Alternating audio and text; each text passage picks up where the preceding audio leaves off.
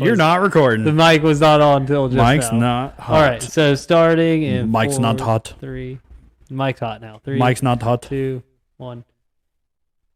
What was my cue? I had a cue. I was like, do I say my name? We already did that once. We didn't rehearse this. Where's my script? I was gonna say restart at the. Have you watched any Braves games? Yeah, man. I just started from the top. Have you watched any Braves games this year, Dan? No, not yet. Not really. I mean, I caught. I think I caught one. I tried to catch one, and it was blacked out, like they always are. Yeah, it's frustrating. It's hard to watch local games. I've said it before. Sucks, dude. I actually got my new phone, the Galaxy Z Fold, because I had such trouble getting Hornets games on an actual TV, but I can get it on my phone relatively easily. Of course. So I'm a big YouTube guy too, so the phone's working out, especially for Hornets games. But yeah, I saw Freddie hit a home run on us in his first at bat for the Dodgers. Pretty much turned it off then. Haven't watched the game since. But I ask you this because what's this tomahawk, man?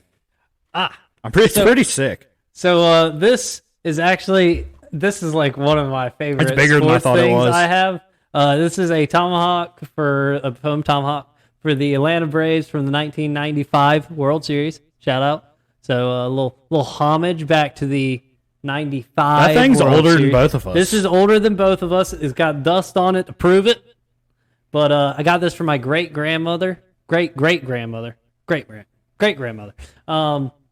So yeah, and I'm pretty sure like everybody in the family, you know how that happens. Like some older family member passes away, and so you go through the house and like you're finding stuff, and like we were there for the weekend and we were going through the house and we were finding stuff, and like I stumbled across this thing and I was like, nobody wanted it. I was like, I'm totally snagging this. This thing's a great rep. Shout out Nanny. I think about Nanny every time. It's a good little rep. And, shout out the Bravos. Little World Series, man. That's literally what inspired my tattoo. My tattoo is literally that same exact shape. It's, I don't know how appropriating it is. Oh, boy. We'll fix her after the pod. Yikes. We're right into the thick of it. Yikes. So. It happens. Yikes. But here we go. National news. So, omission from the update. We're dropping it on the Natty News, is 4 years, Daniel. 4 long. Down at first, but then 10-game continuously improving years. For 3 years. For 3. So James Borrego got fired, guys. So James Borrego's out for the Hornets coach after 4 years. He went like 138 and for 164. Don't quote me on that. But anyways, 30 games, net negative, under 500. Here's the thing about James Borrego. This hit home the other day because I was at the gym and I was wearing a Spurs shirt. Because I have a long sleeve Spurs shirt I got off a clearance rack. Because, you know what? I said the Spurs are my Western Conference team. They used to be the Mavs. But Spurs are my Western Conference team because I respect Popovich. James Borrego was a Popovich, like, right-hand man. Came on over. I was cool with it. Super stern. Emotion never changed. Had a really deep voice. But, I mean, Borrego was cool, man. It's just like he never played the rookies. He didn't take chances. Very strict rotations. And, we got embarrassed by Indiana last year in the play-in. And then you get even more embarrassed by Atlanta Hawks this year in the play-in. And, we still have some roster issues to address, clearly. But Michael, for now, Mitch Kupchak's still your GM, so it was reporting both ways that it was a Mitch decision, it was a Michael decision to fire.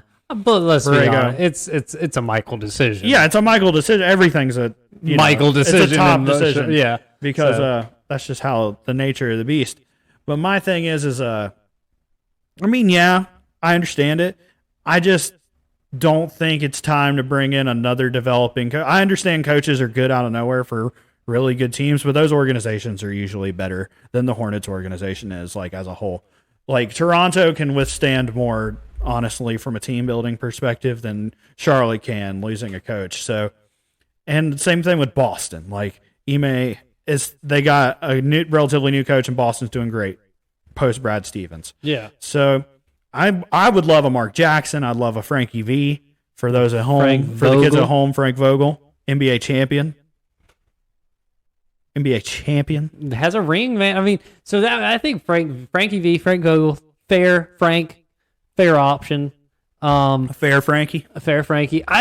I'm with you, man. I think it's tough when Stan Van Gundy. The Hornets showed improvement each year, and like I know what you're saying. Like you pass 2 play-in tournaments, it goes poorly, and you wanted a little more out of it. At the same time, it's like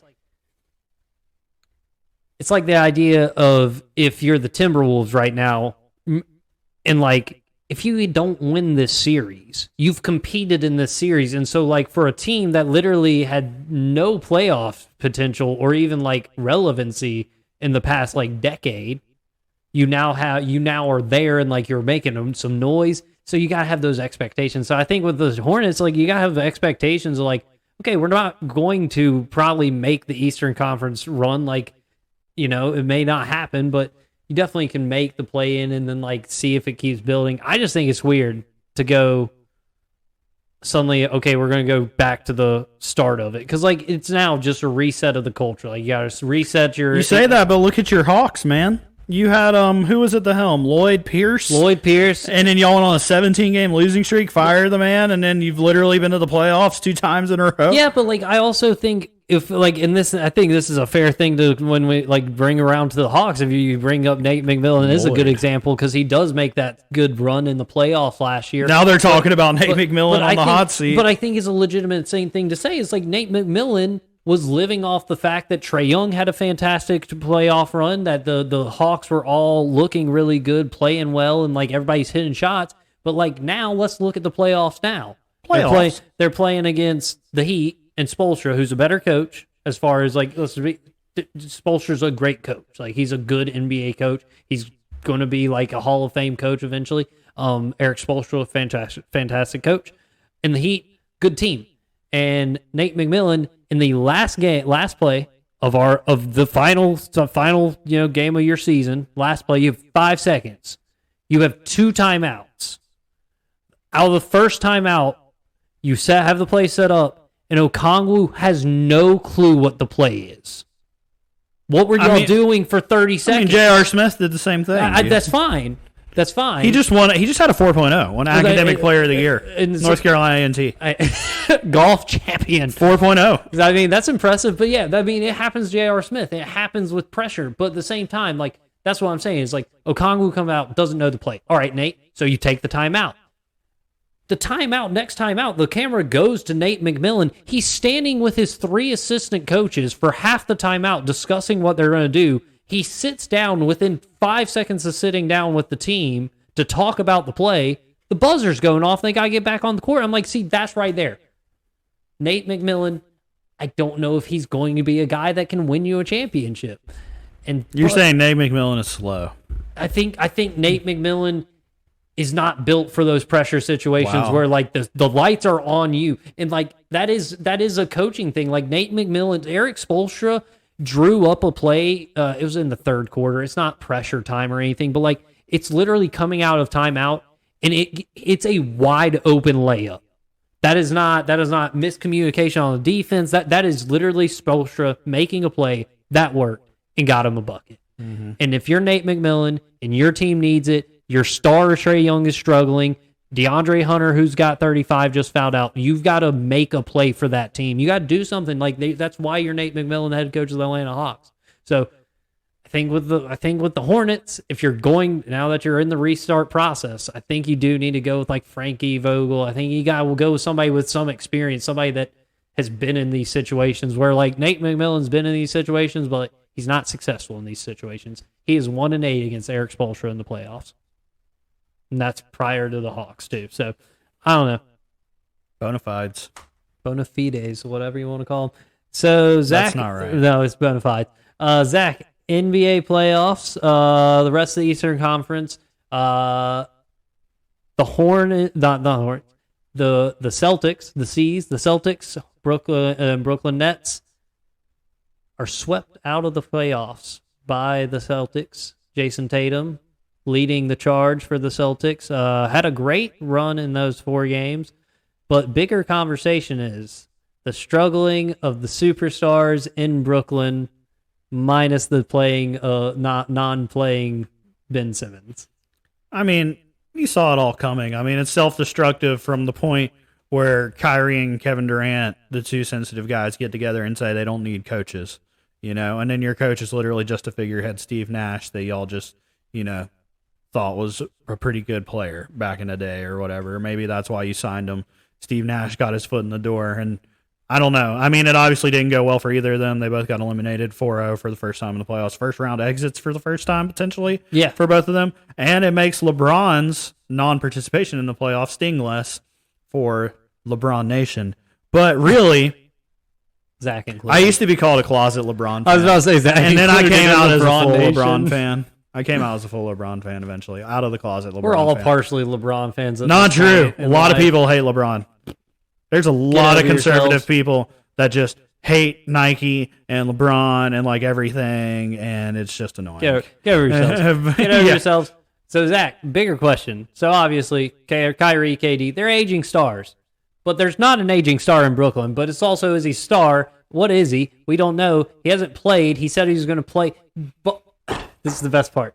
Before Game 3, the Nets come out with Ben Simmons and say that Ben Simmons will play in Game 4. And then he didn't play in Game 4. What do you make of all that? What? It sounds like a lot of hoopla, dude. A bunch of hoopla, man. And then he said he thinks that the stress, like his mental health stress, causes a nerve block in his back, and that's why it hurts. He's so stressed out that he's hurting his back. Oh, you loosen up, bud. Stop You're hanging out with Kyrie too much. And that's another thing. Man. You hang out with Kyrie, that man is not a calming figure in life. It seems like he's a lot more stressed than anything. KD seems stressful. I'm with you on the holistic stuff, but like, come on, man.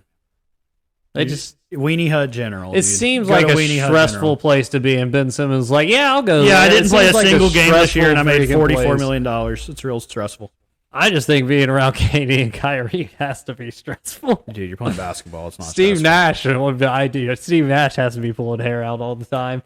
Toronto Raptors, 76ers, I haven't watched a single minute. The Sixers have looked... Heard James Harden's not good. James Harden's been struggling. The Raptors have been really good on defense. Scotty Barnes got injured, which is unfortunate. He was playing great, and they were unlike the Hornets, and was letting the rookie Scotty Barnes sort of lead the charge for the Raptors. Right now, it's really just Siakam. Fred VanVleet's also out, so pretty much you got Siakam playing Embiid. Siakam's a max player there, right? Yeah, Siakam's good. And time to put up. Well, I think Siakam. And then they're playing fine. It's 3-2 right now, and they're going back to Toronto. So you could potentially push it a 7 games. And I don't personally think I would be stunned if the Sixers don't make it out of the first round because. Well, Embiid's got the excuse now, the thumb ligament thing. Yeah, well, but it's also like Embiid and Harden play. What are you doing? They play the foul game all the time. Like they're just going to the foul line, and at some point, man, you're going to hit points where like people are just going to be making threes and stuff. It's the point of the NBA where like you can get fouled all you want. If you're not hitting threes, you're probably not winning games. Yeah. Period. Mm-hmm. So, that's it for the Eastern Conference. Western Conference, currently you got Golden State up on the Nuggets 3-1. They're going to finish off that series tonight, most likely, here on Wednesday night. And then you got Mavs versus Utah Jazz. That's 3-2 going. Come on, Mavs. I do believe that's going back to Utah. We need the Mavs to win so Rudy Gobert can get traded to us for one player and a first-round pick on the cheap. We got an extra first-round pick because the Pelicans made the playoff. Oh, so really? now the Hornets have 2 picks in the top 15. Very solid, which means you also have good capital for I think we have either 15 and 16 or 14 and 15. I said to Andy the other night, watching the Pelicans game, which Pelicans playing the Suns there, I do believe they're Brandon Ingram, tied 3-2. Brandon Ingram's having a fantastic playoff. I think Brandon Ingram's a really good player. I think people have just never really given him an opportunity. But like, now that he's in the Pelicans, he's the number one guy really outside McCollum. I think Brandon Ingram was fantastic. But watching the Pelicans, I said to Andy, what do you think about the Hornets getting Valanciunas? Sure. I think that's a solid. I just think... I don't think he's available. I think Rudy Gobert is a real possibility. Rudy Gobert, fantastic. Well, they're going to... Gordon back. If the Jazz lose in this playoff round, they're probably getting blown up. Donovan Mitchell may get moved. He may be kept, but you're definitely moving Rudy Gobert just because of the age. You probably don't want to keep holding on to that contract overall. So I'm with you. I'd see Rudy Gobert moving on out, and the Hornets are a solid spot to try to go get him, especially if you're trying to unload Gordon. I think LaMelo just throwing lobs to Rudy, man. Easy. Hey, man. Easy. The Lob City is a fun thing, but sometimes it gets shut down. Yeah, well. Other Western Conference series is currently would be Timberwolves, not Utah Jazz, Memphis Grizzlies. Ja Morant had probably the dunk of the year, dunk of the century, dunk of whatever you want to call it. Man, literally put a man in the grave last night on national television. I swear to God. It was great, but it still wasn't as cool. It wasn't as cool as the Anthony Edwards Listen, dunk. guys, I'm not talking about the defender. The defender was not put in the grave. He was put on a poster. That's what happened. He jumped from like Ian 1 foot Eagle, inside. The announcer of the basketball game, Ian Eagle, may have died just based off his pure reaction. I was watching it, and he's sitting there, and Ja Morant's going in, and and I was like, oh my God, it's a jawbreaker! It's a jawbreaker. What a throw of a line. But yeah, dude, I thought he died right there. I was like, Ian Eagle, are you good? Right. Are you like me? When the word jawbreaker comes up, what do you think of? Ed, and Eddie, by far, they're eating the massive... Were you not, as a child, like, always dreaming of getting to go to the store, go to the candy store, and get the jawbreaker? And then when I first ever did that, go to the candy store in the mall and bought the jawbreaker, it was not the size of what they bought in Ed and Eddie, where it stretched my face to 16 times the size. Oh my it was God. the size of a little ball. I was like, what the hell, man? Where's my jawbreaker? Yeah, I need frustrated. 50 cents. It was frustrating. It was crazy, too. The Ed and Eddie literally struggled to acquire $1.50 every single episode. Dude, that was in the 90s. That's a lot of money. It's so funny. That could buy you like a quarter of a house in the 90s. That's fair. Stay tuned for more mortgage information. Mortgage information all over Moody Sports. Yeah. So, yeah, Anthony Edwards. I think His dunk was better. Anthony Edwards. That dunk from the baseline.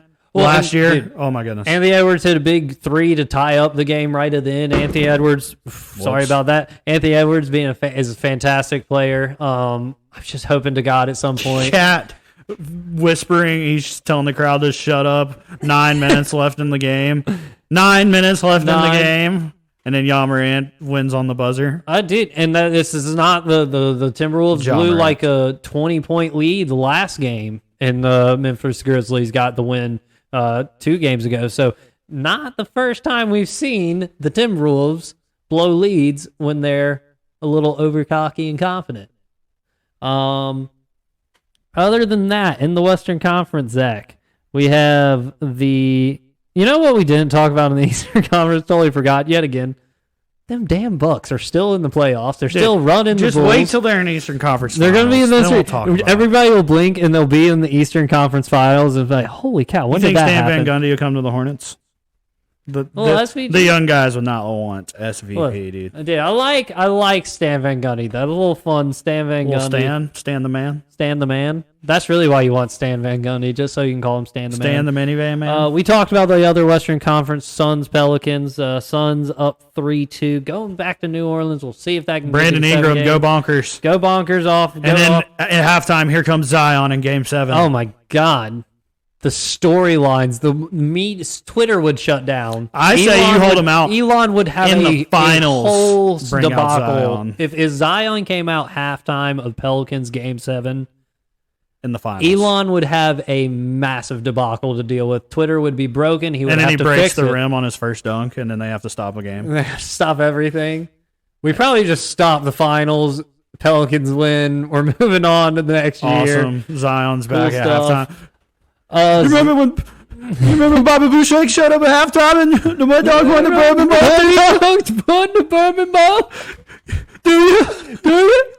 I do, man. I will never forget. Shout out Bobby. Mud dogs, mud dogs, mud dogs. Anyways, man, NFL draft, man. Now that we're talking football. We're talking NFL Tackling draft. fuel. Bobby Boucher, number 1 pick, for sure, guaranteed. 10th year in a row. 10th year in a row. If you're not taking Bobby, I don't know what you're doing. Yeah. But no, really. Jags first pick. Aiden Hutchinson, number most 1 likely. pick. Aiden Hutchinson, except for Zach, actually, sports books. If you're looking at the sports books. I'm not. If you're a betting man, a gambling guy, I'm not. I ain't got money to do that. But Trayvon Walker, Georgia Bulldog edge rusher, has taken the top potential of being number 1 pick in the sports betting world. So you could say Aiden Hutchinson failed to keep contain of. He failed to keep contain spot. of it. He did not keep contain. Trayvon dipped the shoulder, got around the edge. Yeah, man. Found a spot. But yeah, I think I'm not going to say what we're all thinking, but go on. What? Nothing. Give it to me. No, it's not. I would take the Georgia player. That's all I'm going to say. Man, listen. The Dogs should have most players off that defense taken in the first round, but they won't be because the stats Are you aren't really there going to and take the stuff. Michigan defensive end over the Georgia defensive end? Dude, the fact that we have people talking about other D tackles outside of Jordan Davis. How is he not the first Because pick? Jordan Davis getting talked about as like, oh, the man struggles with playing time. He can't keep up. I'm like, no, he got off the field at Georgia because there's so many bodies that need playing time. This is the same reason Trayvon Walker had to use the combine, had to use his pro day. Didn't you guys win most games by blowouts? Yeah, we blew people out. People aren't playing his second half. So that's my thing is this defense definitely could be pulling. Like the Dogs are going to have a great draft. Should have a lot better than what it probably is going to be. But offensively, tackle-wise, you got a couple good guys. Evan Neal out of Alabama is probably your number 1 offensive lineman currently. A lot of people like him because he's probably going to be like a plug-and-play guy. You take him first round, he's plug-and-play. He's ready to go. And with the NFL draft this season, you don't have as many surefire guys, especially like quarterback-wise. You got Malik Willis, you got Kenny Pickett, all these guys, Matt Corral, all these guys are questions, things to prove, not exactly guarantees. So you're not going to see as many. I don't think you'll see as many people going for like the potential pick versus, okay, this is a guy, Evan Neal. He proved himself at Alabama. He plays, he has film. We're going to get him. He's going to get plugged in and play. It sounds like outside wide receivers, it's a trenches draft. Exactly. Big trenches draft. Definitely huge in defensive. You got, like we talked about, cornerbacks that were getting taken, potential. Safety-wise, you got Kyle Hamilton coming out of Notre Dame's talking about potential of being one of the most ready, surefire go players out of the draft, I've heard. So who are you an NFL fan of this year? Me? Yeah. We're riding the Bills, baby. Again? Mafia still. I'm going to jump through a table eventually. I just got to watch the back. I'm 25. Don't want to hurt it. But Bills. Actually, I'm going to note this now we're in the national news. NHL hockey coming up, playoffs. But listen, guys. Daniel Moody is claiming the San Jose Sharks as my NHL team right now, right here. What is this guy Love doing? my guys. They're the worst team in the Western Conference. Not a Carolina Hurricanes fan? Nah, bro, get out of here. I'm not jumping on bandwagons. I'm jumping on the worst team in the Western Conference. We're going to hop in. Also, you could just be a Hornets fan. Zach, also, you choose Western Conference hockey teams. So when I say that I'm a Sharks fan, I don't have to watch the games. They're playing at 10:30 at night. But I'm going to keep a box score fan, and it's the beauty of it. Until we get to the playoffs. And the Sharks are making the playoffs next year, guys. We're coming on a run. I'm going to be right in the NHL next year. Dude, you should find the betting odds for that and put something like $10 on it now. That would be a good move. Dude, bets get interest if you put them in earlier. Yeah, I feel like that. Well, I don't know how it the works. odds may just be set differently. The odds will change, and so my money may be worth more potential in the future. We'll see. I don't know. But San Jose uninformed Sharks, Moody go Sports Sharks. betting pod. Anyways, I'm going to be a Buffalo Bills fan this year again. Zach, are you going to choose an NFL team? Are you going to ride just watching whoever? Fantasy guy? Are you going to be a fantasy team guy? Go Jags. Go Jags. You're a Jags guy. Trayvon, join the Jags. I'll be with it. Anyways. Go Jags. There's a lot of good players. I think most underrated. I need a Jags jersey. Player, I think most underrated position potential is going to be running back. I think there's a lot of good running backs coming out, probably highlighted by, and obviously it sounds homer, but I'm just being real, James Cook is a legitimate threat.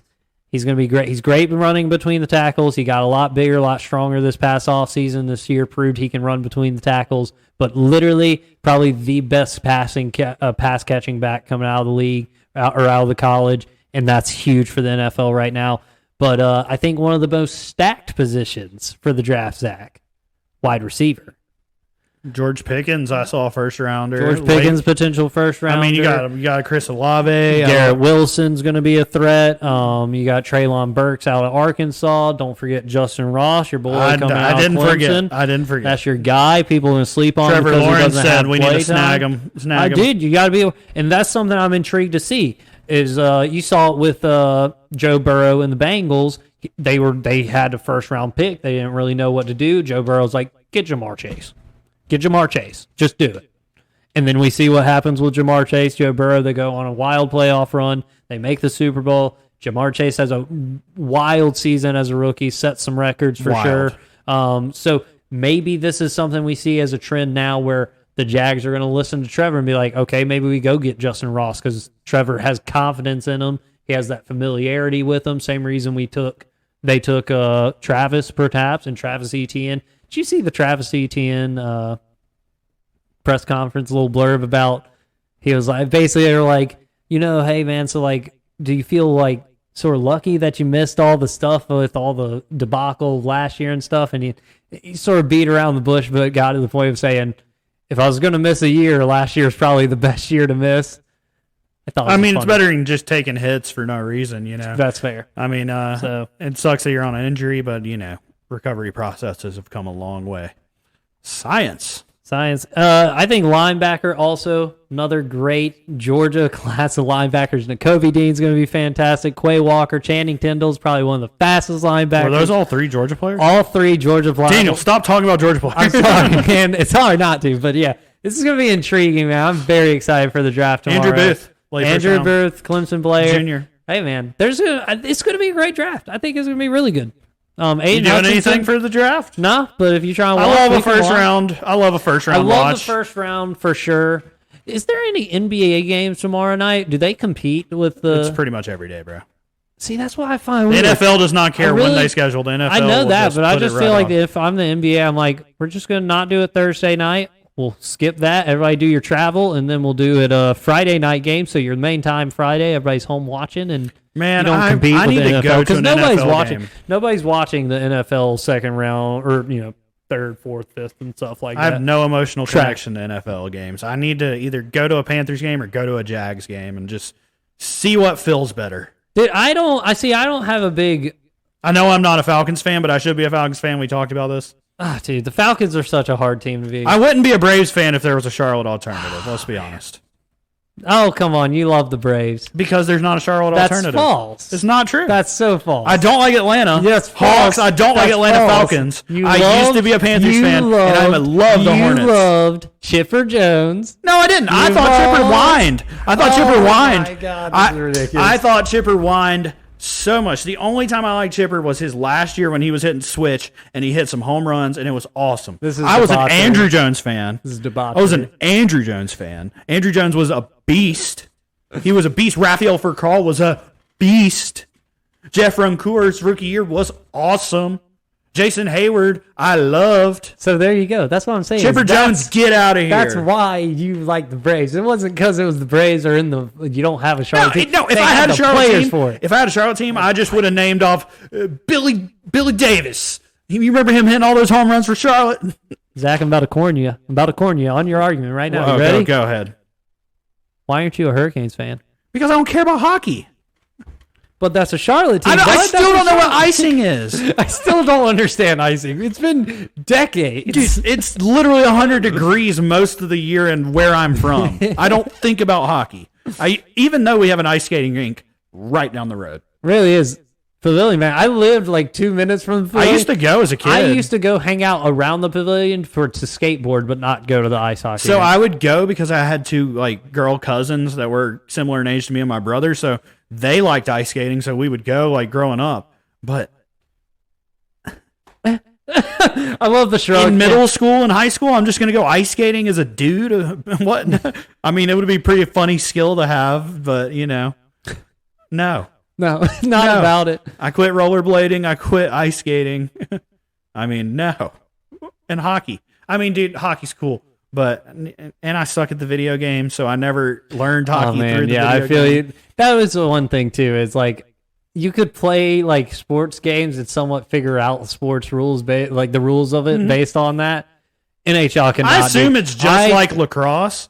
But I mean, it is just like lacrosse. I played NHL like two times, and like the first time I played, I think I got like 17 to 18 icing calls just because I couldn't figure out that I should learn hockey. It was not but good. I've never seen the Mighty Ducks. Never seen Miracle on Ice. Never seen the Mighty Ducks. No classic. Connection. Love Mighty Ducks, man. Seen the Little Giants because I like football.